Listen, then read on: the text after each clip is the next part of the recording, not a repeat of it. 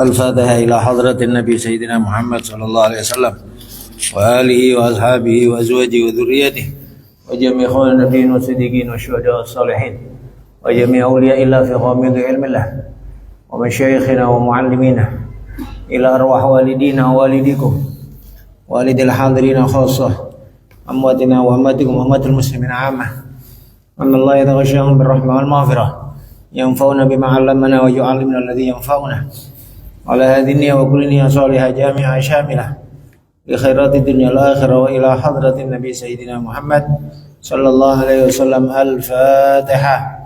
أعوذ بالله من الشيطان الرجيم. بسم الله الرحمن الرحيم.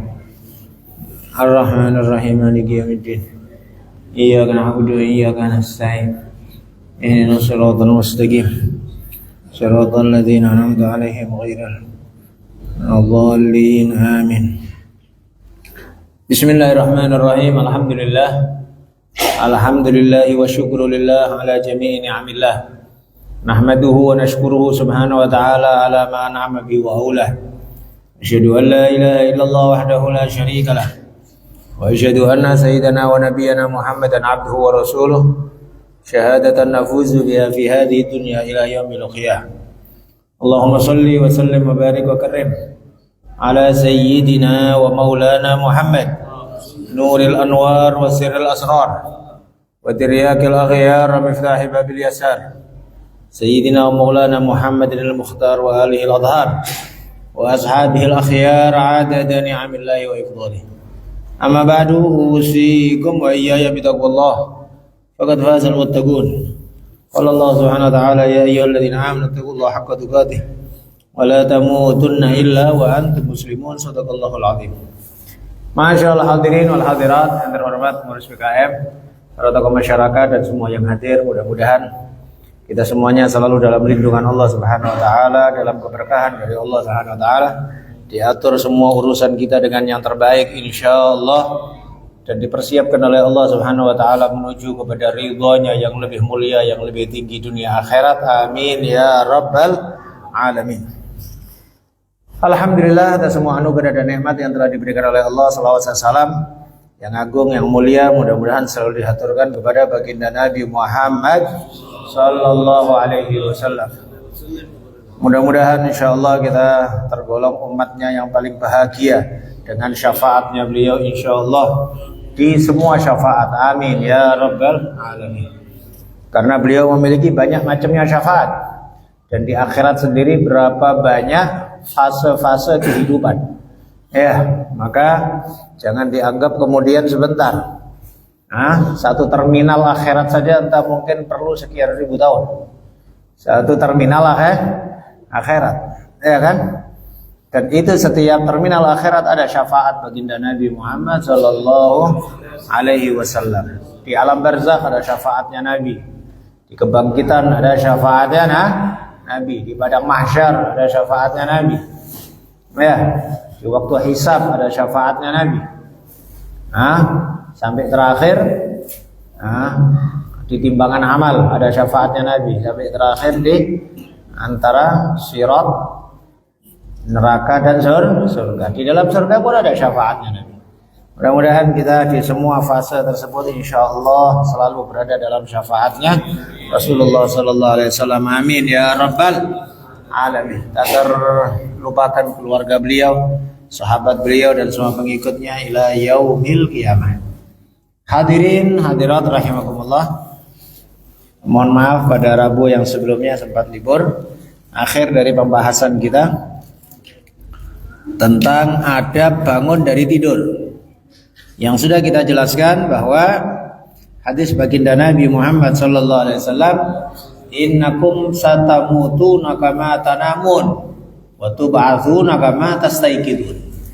Sesungguhnya kalian akan mati sebagaimana kalian tidur, dan kalian akan dibangkitkan sebagaimana kalian bangun dari tidur. Ya, dalam segi arti zahirnya lafaz hadis ini adalah Nabi memudahkan pemahaman kita memahami akan kematian dan kebangkitan.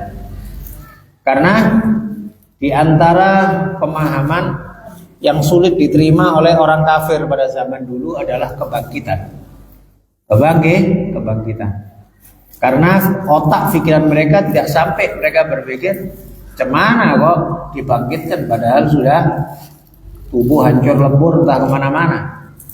Ya, sampai disebut di dalam surat Yasin, awalam yarul insanu anna khalaqnahu min nutfatin fa idza huwa khasimun mubin wa daraba lana mathalan wa nasiya khalqahu qala man yuhyil idhama wa hiya ramim qul yuhyiha alladhi anshaha awwal marra wa huwa bikulli syai'in alim.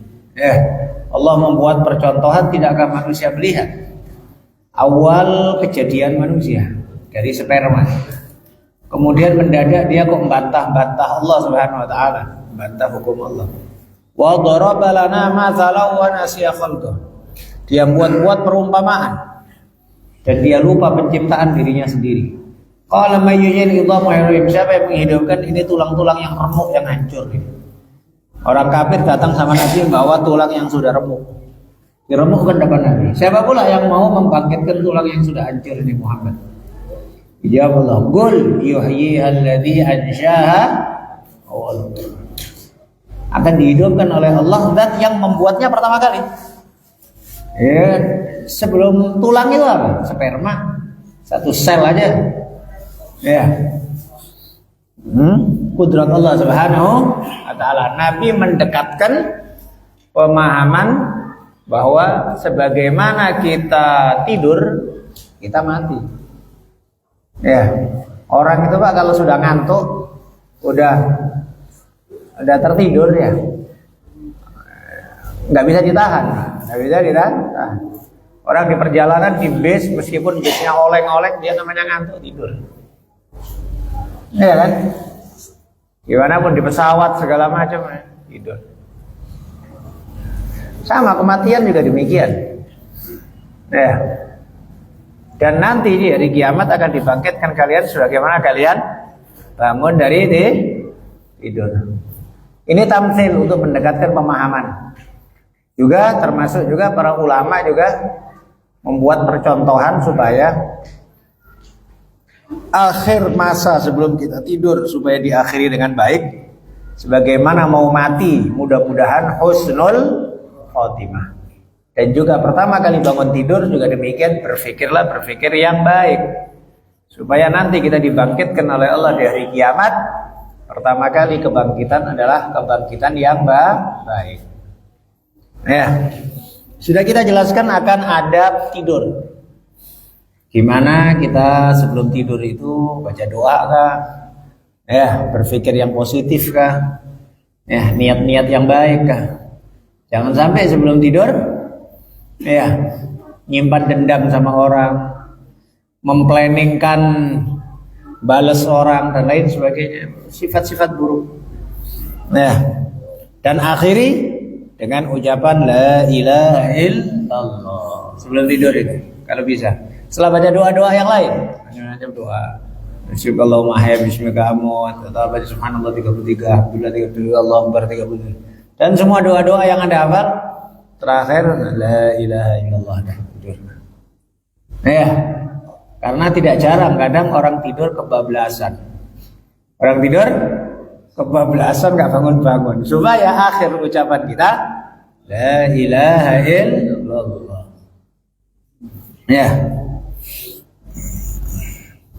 Bahkan di dalam beberapa thariqah zikir la ilaha illallah, kalau kita kan mungkin ya sering dia sebutkan istighfar selalu didahulukan. Istighfar selalu didahulukan karena merasa istighfar itu dalam pandangan kita adalah meminta ampun dari dosa. Meminta ampun. Kalau masih ada dosa, gimana pula dikabulkan doa? Mau doa astagfirullah. Kan gitu kan? Tapi sebagian thariqah, di antara yang thariqah Syadziliyah lebih mengedepankan la ilaha illallah terlebih dahulu. La ilaha illallah terlebih dahulu. Kenapa? Karena kalimat la ilaha illallah itu selain kalimat tauhid juga kalimat ampunan dosa. Mohon maaf umpamanya orang kafir dosanya banyak, istighfarlah dia 1000 kali. Gak akan diampunkan oleh Allah. Ya kau ucapkan la ilaha illallah dulu baru diampunkan kan gitu kan. Dan urutan Al-Quran juga demikian, la ilaha illallah dulu. fa'lam annahu la ilaha illallah wastaghfir li dzambika walil mu'minina wal mu'minat. Ya kan? Al-Quran mendahulukan la ilaha illallah. Maka ini tadi sebelum tidur. Ya. Baru kemudian setelah itu tidur dengan niat-niat yang baik, mengkhayal-khayal yang baik. Ya sama-sama menghayalnya Pak, daripada menghayal mikir ke Bali, mikir ke Singapura, ya bagus mikir yang bagus-bagus. Ya, mikirnya di depan Masjid Nabawi, mikirnya di depan Ka'bah, mikirnya yang bagus-bagus ya. Kumpul sama ulama, kayak gitu. Udah? Nah, terus kalau sudah bangun, sebutkan fa idza staiqatta minan naumi. Kalau engkau mau bangun dari tidur, fajtahid, usahakan antastaiqidha qabla tulu'il subhi. Untuk kau bangun sebelum terbit subuh atau terbit fajar. Ya, usahakan semaksimal mungkin. Karena itu diantara tanda kita dimuliakan oleh Allah Subhanahu wa taala, kita bisa tahajud. Ya. Tanda orang dimuliakan oleh Allah, dia bisa tahajud. Karena orang yang tidak dimuliakan oleh Allah Subhanahu wa taala tidak diperkenankan oleh Allah Subhanahu wa taala untuk tahajud. Ya. Oleh sebab itu Allah Subhanahu wa taala berbicara kepada Nabi Muhammad tentang tahajud, kemudian fatahajjat bihi nafilatan lak asa ayyab'atsaka rabbuka maqamam mahmuda. Tahajudlah wahai Nabi Muhammad sebagai hukum tambahan untukmu. Ya. Asa ayyab'atsaka. Kemungkinan Allah akan membangkitkan engkau dalam maqamam mahmuda. Maqamam mahmuda. Maka pernah Sayyidina Hasan Al-Basri ditanya sama seseorang. Ditanya seseorang, ada orang-orang nggak bisa tahajud, gimana itu mereka? Kok nggak bisa tahajud? Beliau mengatakan haula'i qaumun asqalathum dzunubuhum. Mereka adalah kaum yang dibuat berat oleh dosanya mereka sendiri. Karena dosanya udah sangat berat kali sehingga nggak bisa bangun. Jujur. Kita dapetin orang, mohon maaf. Ya, meskipun dia tidurnya tengah malam, tidurnya terlambat, tidurnya jam 3:30 umpama, tapi dia mesti setengah jam sebelum subuh bangun. 1 jam sebelum subuh, 45 menit sebelum subuh bangun. Meskipun dia tidurnya udah capek kali, dia tertidurnya baru jam 3, tapi dia sebelum subuh Ada juga orang, ya, tidurnya jam 8, Pak. Tidurnya jam 9. Lebih kurang apa sih jam 9 tidur, Pak? Ya, habis makan. Makan buahnya, nasi goreng, mie Aceh semuanya jadi satu, ya kan? Tidur jam 9. Loh. Umpamanya bangun jam 4 kan dia sudah berapa jam itu, Pak? 7 jam. Tapi tak bisa. Tetap bangunnya setelah subuh. Ini orang yang sudah dosanya sangat berat sekali kayak gini. Saya tidak mengatakan wajib tahajud ya, tapi salah satu tanda utama orang dimuliakan oleh Allah Subhanahu wa taala bisa bangun sebelum subuh. Ya. Seingat saya di majelis yang lalu pernah saya sampaikan tentang matahari terbit dari barat ya. Itu matahari terbit dari barat itu terlambat malam itu 1 hari 2 hari, Pak. Orang yang terbiasa bangun udah ketakutan. Kenapa ini kok gelap ini? Masih gelap. Udah puas tidur kan? Tahajudlah mereka, doa, zikir, istighfar, mohon ampun. Dapatlah ampunan Allah Subhanahu wa taala, masih belum muncul dari barat. Tapi orang yang dia nggak biasa tahajud, dia terbangun, oh masih gelap, belum tidur lagi. Udah tidur puas, melek, masih gelap, belum tidur lagi. Kayak gitu, berkali-kali ya tidur lagi. Tahu-tahu bangun matahari udah terbit dari barat, dah ketutup dah gitu. Ya, maka ini tadi kita sampaikan untuk diusahakan lah, diniatkan Pak, untuk bisa tahajud meskipun sebentar. Ya, dan itu istilahnya mohon maaf, bukan kok kita kemudian kadang ada sebagian sih ustadz ngomong, Allah ustadz bicara subuh aja repot, apalagi saya nggak nggak ngikutin apa yang biasa diomongin sama orang, atau tapi kita kepingin lebih mulia gitu aja ya. Yang mau nerima alhamdulillah, nggak mau nerima ya udah. Tapi kita istilahnya masih punya besar husnudzon, baik sangka. Ya, kalau wajib sih insya Allah semuanya Pak, ya kan? Wajib, tapi kita tingkatkan untuk yang sunnah. Ya, dan rasanya kita berpikir 30 menit, 20 menit sebelum subuh itu sudah dirasa sudah cukup tidur. Semisal itu kemudian kita bangun untuk kita berdoa, istighfar sedikit. Ya, mohon doa, berdoa kepada Allah Subhanahu wa taala 2 rakaat, 3 rakaat untuk sholat witir. Ya kan? Apa bedanya cuman misalnya mayoritas Pak yang mohon maaf yang kita dewasa beda-beda setengah jam kan nggak ada masalah ya kan ya. Beda kalau sama anak kecil Pak. Anak kecil urusan tidur masih belum tidur lagi, masih bisa kayak gitu Pak anak kecil ya. Tapi kalau udah dewasa masa pula beda-beda setengah jam dari subuh masih berat kali kan. Sudah tahu fadilah Pak. Dan dahulu para ulama-ulama kalau kita berbicara tahajudnya ulama-ulama dulu gitu ya. Tahajudnya ulama dulu malah jam 1, setengah 2 sudah tahajud sampailah umpamanya 1 jam setengah 2 jam, jam-jam setengah 4, jam 4 mereka tidur lagi.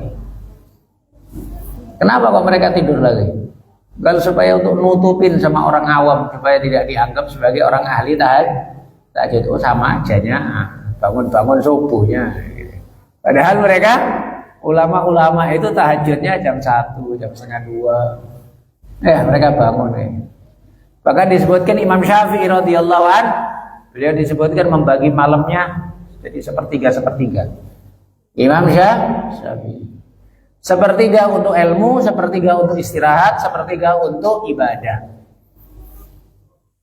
Sepertiga untuk ilmu, murojaah, kitab, taklim, sepertiga. Sepertiganya lagi untuk istirahat, sepertiganya lagi untuk ibadah. Ya. Maka rasanya Pak kalau kita cerita akan tahajudnya ulama-ulama dulu, aduh. Ya, kayak dongeng Pak buat kita. Kayak dongeng.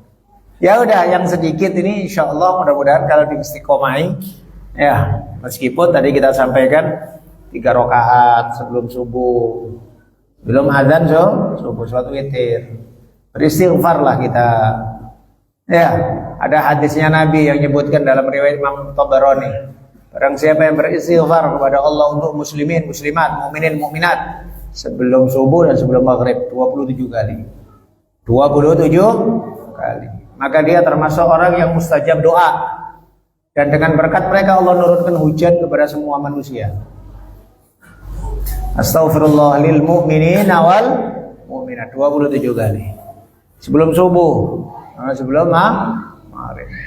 Dan memang subhanallah Pak ya, kalau kita berpikir ya, pentingnya untuk kita mengistighfarkan lil mu'min wal mu'minat dari satu sisi ya, bahwa istighfar untuk mukmin mukminat itu berarti kita memiliki perhatian kepada mukminin mukminat. Ya, memiliki perhatian. Dan waktu itu waktu yang mulia. Waktu yang mulia. Ketika umpamanya terjadi kemaksiatan, maka sangat besar sekali murkanya Allah Subhanahu wa taala. Karena itu waktu mulia. Sebelum subuh itu waktu mulia. Sering kita sampaikan, konsekuensi dari waktu yang mulia, ibadah dilipat gandakan pahala, dosa juga lebih berat. Ramadan lipat ganda, tapi dosa juga, halo Pak, parah Pak, ya kan? Waktunya mulia. Konsekuensinya memang kayak gitu. Sama dengan kemuliaannya tempat. Di Makkatul Mukarramah ibadah dilipat gandakan. Dosa juga demikian, lebih berat. Di masjid ibadah dilipat gandakan. Dosa juga sama, juga lebih berat juga. Sering saya buat contoh ya. Kalau nyolong di masjid sama nyolong di luar masjid, sama-sama nyolongnya, kadarnya sama. Dosa di masjid lebih besar. Riba di masjid sama riba di luar masjid, kadarnya sama, tapi dosa di sisi Allah riba di masjid besar karena ini tempat mulia. Nah sekarang Anda pikirkan gimana pentingnya istighfar lil mu'minin wal mu'minat sebelum subuh. Karena kadang-kadang mohon maaf di sebelum subuh masih banyak juga orang-orang mukmin yang masih berdosa. Gitu. Ya jujur Pak, kalau umpamanya Anda malam, dulu saya kadang-kadang dulu sering, saya sekarang udah jarang kali sekarang. Dulu umpamanya jam 11, jam 12 kedebu-debu, mandi air hangat ya, nyampe sana jam 1 mandi air hangat, udah puas pulang jam 3, jam 3, jam 3:30 sampai sini subuh. Itu kadang-kadang Pak jam 3:30 nengok orang di pinggir-pinggir jalan maksiat itu Pak, hati itu rasanya nengok orang maksiat di jam 3:30 itu rasanya hati itu geramnya itu ya Pak. Ya bukannya kok nggak pernah nengok orang maksiat Pak ya, nengok orang mabuk pegang botol tapi siang biasa Pak. Tapi kalau nengok di jam segitu Pak, loh ini istilahnya kita sesama manusia. Seakan-akan kita ngerasa celaka kali lah orang ini, nggak ngerti kemuliaannya waktu. Gitu ya. Maka disinilah pentingnya mengistighfarkan lil mu'minin wal mu'minat di waktu-waktu yang dimuliakan oleh Allah Subhanahu wa taala. Berusaha untuk bangun sebelum muncul fajar. Wal yakun ba'dal istiyaqi awwal ma yajri ala lisanik wa qalbik dzikrullahi ta'ala. Dan hendaknya setelah bersiwak, karena sunnah pertama kali bangun itu bersiwak Pak. Ini diantara sunnah yang jarang diamalkan ya. Jadi pertama kali bangun bersiwak. Disinilah dulu gimana ya Nabi itu perhatian kali sama kebersihan gigi Pak. Kebersihan gigi ya kan, selalu bersiwak. Ya terlepas dari berbagai macam rahasia-rahasia yang kita tidak tahu dari fadilahnya siwak. Fadilahnya siwak itu luar biasa Pak. Menjadi orang lebih fasih. Belum lagi pahala 2 rakaat dengan siwak lebih utama daripada 70 rakaat tanpa siwak. Ya. Terus apa lagi? Banyak lah fadilah siwak. Bikin setan gerem. Ya. Dan buat aman. Subhanallah, buat aman itu apa ya? Pernah salah satu ulama yang menyebutkan, saya dulu pernah muskil. Nabi menyebut orang bersiwak itu buat aman. Ternyata diantaranya katanya ini disebutkan oleh mertuanya Sayyidi Habib Umar, Habib Muhammad bin Abdullah Al-Haddad. Beliau mengatakan, dulu di kota ini ada orang gila yang sering ganggu orang. Ganggu. Ada orang gila di pinggir jalan selalu ganggu orang. Kata Habib Muhammad, aku coba sabdanya Nabi aman. Siwak itu. Maka kalau lewat sama orang gila itu, nampak siwak, orang gila itu diem tenang, nggak ganggu. Tapi nggak nampak siwak dikejar gitu ya. Ini salah satu pandangan nilai aman. Memang rahasia siwak luar biasa Pak. Sampai pernah disebutkan kan di dalam sejarah itu, apakah di masanya zaman sahabat, di akhir-akhir sahabat dalam peperangan daerah mana gitu, saya lupa daerahnya. Pimpinan perangnya minta apa itu? Minta bala bantuan. Minta bala bantuan ke khalifah untuk apa itu ditambahkan bantuan pasukan karena nggak menang-menang. Dikirim masanya Sayyidina Umar bin Khattab. Dikirim oleh Sayyidina Umar bin Khattab cuma 3 orang. Di antaranya Zubair bin Awam, kemudian satu Miqdad bin Aswad, terus kemudian satunya Kokok bin Amr. 3 orang dikirim. Padahal ini pimpinan pasukan minta kirim bala bantuan 1000 orang. Dalam suratnya Sayyidina Umar mengatakan, aku pernah mendengar Nabi pernah bersabda, ya, tidak seyogianya satu pasukan yang di dalamnya ada Kokok bin Amr kemudian pasukan itu kalah. Tidak semestinya kalau ada satu pasukan di dalamnya ada Kokok bin Amr, salah satu sahabat yang pemberani. Kemudian pasukan itu kalah. Maka saya rasa cukup 3 orang. Katanya suratnya Sayyidina Umar. Katanya Sayyidina Umar ngirim 3. 3 ini kemudian nengokin semua pasukan ini. Apa yang kurang dari pasukan ini? Kalau yang kurang dari pasukan ini ditengok ternyata banyak pasukan nggak bawa siwak. Katanya kok bin Amr, semuanya perintahkan, semuanya bawa siwak. Semuanya pakai siwak. Sebetulnya apa hubungannya siwak sama perang ya? Hubungannya siwak sama apa hubungannya? Maka perintahlah dari panglima pasukan, semuanya cari siwak.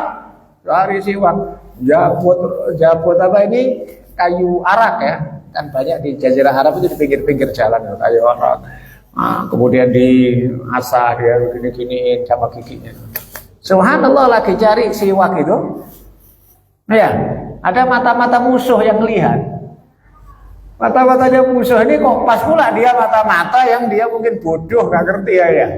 Dia berpikir, ini pasukan Islam sekarang sudah mulai ngasah giginya mereka ini. Kanibal berarti mereka ini. Dikabarkan kan pimpinan pasukan musuh kalau mereka melihat dengan mata kepala mereka sendiri, mereka mengasah gigi mereka, sehingga masuklah rasa takut di dalam musuh tersebut. Dan diantaranya juga rasa takut yang di musuh juga adalah bagian salah satu taktik peperangan yang sangat iya. Di antara mukjizatnya Nabi, wa nusirtu birru'bi masirata syahrin. Aku ditolong oleh Allah dengan perasaan takut yang diletakkan di musuh.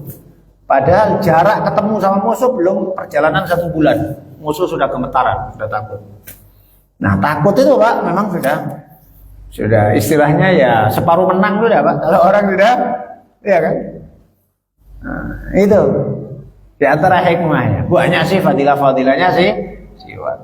Ya. Kalau sekarang umpamanya Anda mengartikan juga termasuk sikat gigi. Ya termasuk lah, tapi istilahnya kan nggak mungkin pula kita bawa sikat gigi di masjid ya kan ya, sama odol semana pula ya kan ya. Tapi istilahnya gimana kebersihan gigi itu menjadi perhatian di dalam Islam, perhatian serius.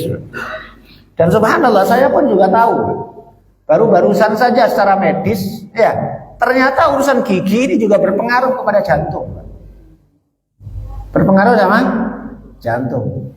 Ya entah dari mana urusan kok nggak ngerti kita orang. Tapi katanya termasuk ya adanya enzim-enzim yang di dalam, adanya apa segala macam itu lubang yang di dalam gigi, terus itu mempengaruhi juga termasuk kesehatannya dan walhasil cuma gigi Pak. Ya, tapi jangan diremehkan gigi. Ya, gigi nih jadi kita orang nikmat makan Pak ya. Sakit yang paling sakit Pak. Sakit yang paling sakit gigi Pak. Dan itu sakit yang paling sakit nggak ada pula yang jenguk. Nggak ada siapa pula yang jenguk orang sakit gigi ya kan ya. Orang demam bisa dijenguk, orang sakit ini dijenguk. Orang sakit gigi mana ada yang jenguk Pak? Padahal rajanya sakit itu sakit gigi itu kan. Maka disinilah pentingnya untuk istilahnya pembersihan gigi. Dan siwak itu berapa banyak di dalam kesunahan Nabi menjadi perhatian serius. Ya, disunahkan terkhusus. Ya, ketika kalau dalam hukum fikih ya disebutkan inda taghayyuril fam, ketika sudah dirasa mulai berubah bau mulut. Ya, bau mulut mulai berubah. Termasuk juga mau sholat, mau baca Quran, mau zikir, dan berbagai macam dari secara umum siwak disunahkan dalam semua keadaan. Secara umum. Maka itu tadi termasuk juga istilahnya juga kalau sikat gigi, pembersihan gigi. Ya, pembersihan gigi. Setelah siwak, ya mestinya kalau pertama kali bangun ya bau lah siwaknya Pak. Tapi ya bau siwak ya dicuci lah. Bukan kok kemudian dipakai terus gak dicuci. Ya. Awal ma yajri ala lisani wa qalbi dzikrullah. Usahakan pertama kali yang terlintas di dalam hati kita atau lesan kita adalah zikir kepada Allah Subhanahu wa taala. Pertama kali bangun zikrullah, doa, bersyukur sama Allah pertama kali bangun. Usahakan pertama kali bangun mikir alhamdulillahilladzi ahyana ba'da ma amatana wa ilaihi nusyur. Itu kan doa minimal Pak ya, doa anak-anak ya semuanya hafal gitu ya. Segala puji bagi Allah yang menghidupkan aku setelah Allah mematikan. Menghidupkan aku maksudnya membangunkan setelah mematikan, setelah tidur. Wa ilaihi nusyur, dan kepada Allah kita akan bangkit. Awal berzikir la ilaha illallah atau apa segala macam sholawat kepada Nabi. Disebutkan dalam hadisnya Nabi, barang siapa yang bersolawat kepadaku 10 kali setiap pagi, adrokathu syafaati la mahala. Pasti dipastikan dia akan dapat syafaat 10 kali. Sebagian para ulama mengatakan yang penting 10. Yang penting 10 pagi hari. Maka itu termasuk di dalam wirdul latif ya. Dalam wirdul latif karya Habibullah bin Haddad ada sholawat 10 kali. Ada hasbiyallahu la ilaha illa wa alaihi tawakkaltu rabbul arsyil azim 7 kali, baru setelahnya sholawat 10 kali. Allahumma shalli ala sayyidina Muhammadin wa ala alihi wasallam 10 kali. Nah, wirdul latif dibaca ya biasanya setelah sholat subuh. Tapi sebagian ulama berpendapat hadisnya Nabi adalah kalau bisa pertama kali bangun dari tidur sholawat 10 kali. Pertama kali bangun dari tidur sholawat 10 kali. Sehingga hari kita di dalam keberkahan sholawat. Hari kita awal bangun. Pertama kali yang terlintas di dalam lisan dan hati kita adalah zikrullah. Dan sudah pernah kita jelaskan kalau nggak salah, kesunahan kalau sudah bangun, apakah ke kamar mandi dulu ataukah buka jendela dulu? Ketika awal buka jendela atau buka pintu, melihat ke langit, lihat atas sambil baca ayat alladzina yadhkurunallaha qiyaman wa qu'udan wa 'ala junubihim wa yatafakkaruna fi khalqis samawati wal ardi rabbana ma khalaqta hadza batila subhanaka faqina adzabannar. Itu sunnah untuk melihat buka pintu, buka jendela pagi hari. Dulu Pak, kalau orang-orang tua kita ini Pak mewajibkan Pak. Nenek-nenek dulu itu ya subuh itu harus buka jendela Pak. Tapi kalau anak-anak kita sekarang udah ditutup semuanya jendela semuanya dibuka katanya dingin gitu kan ya. Tambah kepingin tambah tidur terus. Kalau dulu nenek-nenek kita ya, kakek-kakek kita suruh buka semuanya. Bahkan orang Cina pun percaya Pak. Katanya kalau buka jendela di pagi hari itu masuk rezeki. Itu bukan ngada-ngada, itu istilahnya tafaul namanya. Namanya tafaul, mengharap baik. Jadi orang-orang dulu kadang-kadang memang ucapannya tidak ada dalilnya Pak, tapi terjadi Pak. Terjadi. Katanya kalau makan bersih nanti istrinya cantik, ya kan? Nyapu kalau umpamanya nggak bersih nanti istrinya berbulu. Ini macam-macam ya. Nggak ada dalilnya Pak, tapi entah apa banyak yang katanya omongannya orang tua ya. Kalau istri hamil jangan ngelilit-ngelilitkan anduk, ya kan? Nanti bayinya kelilit usus. Sebetulnya kalau dicari dalilnya nggak ada dalilnya Pak, tapi omongan orang tua Pak. Maka di sini tadi kita sampaikan pentingnya itulah bahasa tafaul atau tasya'um. Tafaul itu mengharap baik. Dan Nabi mengharap baik. Nabi mengharap baik. Jadi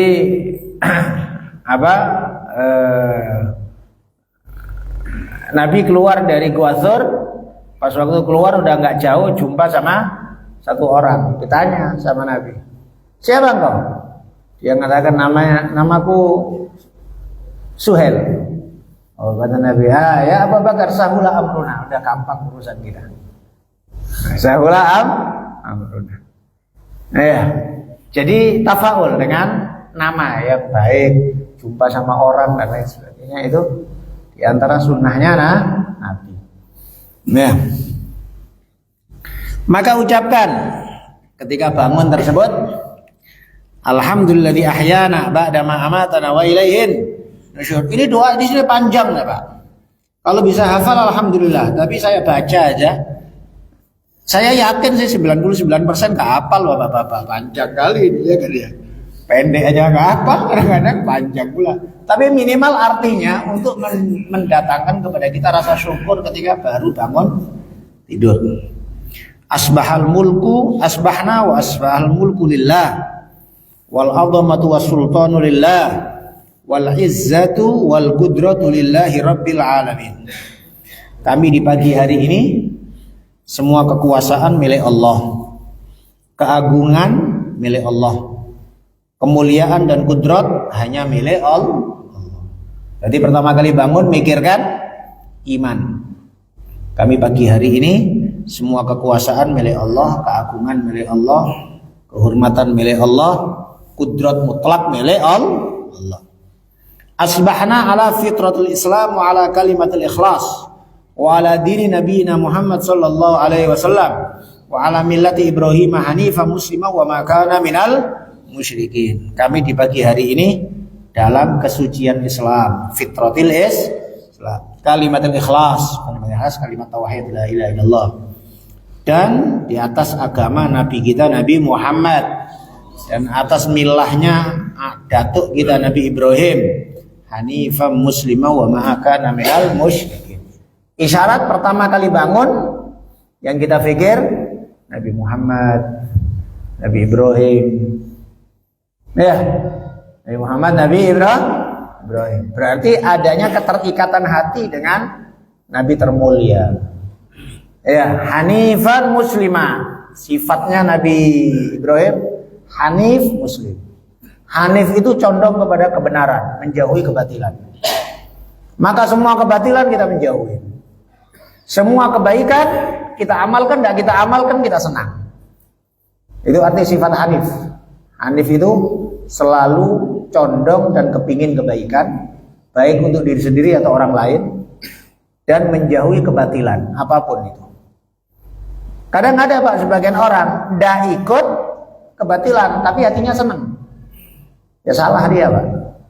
Mestinya kan dia benci sama kebatilan. Harusnya Pak ya. Ya, semisal umpamanya dia tidak terlibat di dalam konflik, tapi dia senang biar konflik terus. Aku ngambil untung dari konflik ini, ya, kayak gitu kan nggak betul itu Pak, kayak gitu. Ya, hanif muslimah pasrah total kepada Allah Subhanahu wa taala. Allahumma bika asbahna bika amsayna bika nahya bika namut wa ilaikan nusyur.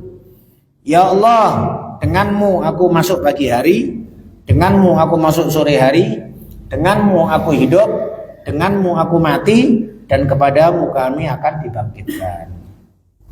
Nah, Allahumma inna nas'aluka an tab'atsana fi hadzal yaumi ila kulli khair wa na'udzubika an najtariha fi su'an aw najurruhu ila muslim aw yajurruhu ahadun ilaina. Ya Allah, kami mohon kepadamu untuk kau kirim kami di hari ini kepada semua kebaikan. Kau kirim aku pada hari ini kepada semua kebaikan. Dan aku mohon perlindungan denganmu ya Allah dari aku berbuat kejahatan, atau aku menarik kejahatan tersebut kepada seorang muslim, atau orang muslim menarik kejahatan itu kepada kami. Nah ini tadi kita sampaikan, kalau ngafalkan sih rasanya gak hafal ya kan ya, tapi ngerti terjemahannya minimal kita orang semisal itulah doa pertama kali baru bangun tidur. Dulu sih kita untuk kalau guru-guru kita nganjurkan untuk ngafalkan doa panjang ini Pak. Kita kalau dulu di pondok itu Pak, tempat tidur kita itu ada banyak tulisan Pak. Tempat tidur itu ada tulisan. Ini doa mau tidur, doa baru bangun jadi bangun tidur langsung sudah nampak ini doa ini baca. Jadi nggak terusan hafal. Gitu Pak ya. Sama doa makan juga gitu. Ditulis di meja makan. Itu di antara cara yang mau serius kayak gitu ya kan. Nah, di meja makan itu ditulis doa mau makan dan setelah makan supaya terbiasa. Kalau sudah terbiasa setengah bulan, 1 bulan udah hafal. Ya, termasuk juga bentuk mengingatkan. Mengingat, ya. Ini tadi diantara doanya. Ya Allah, denganmu aku masuk pagi hari. Ya Allah, denganmu aku masuk sore hari. Ya Allah, denganmu aku hidup, denganmu aku mati, dan kepadamu kami akan dibangkitkan. Ya Allah, aku minta kepadamu untuk kau kirim untuk kau kirim aku di hari ini kepada semua kebaikan.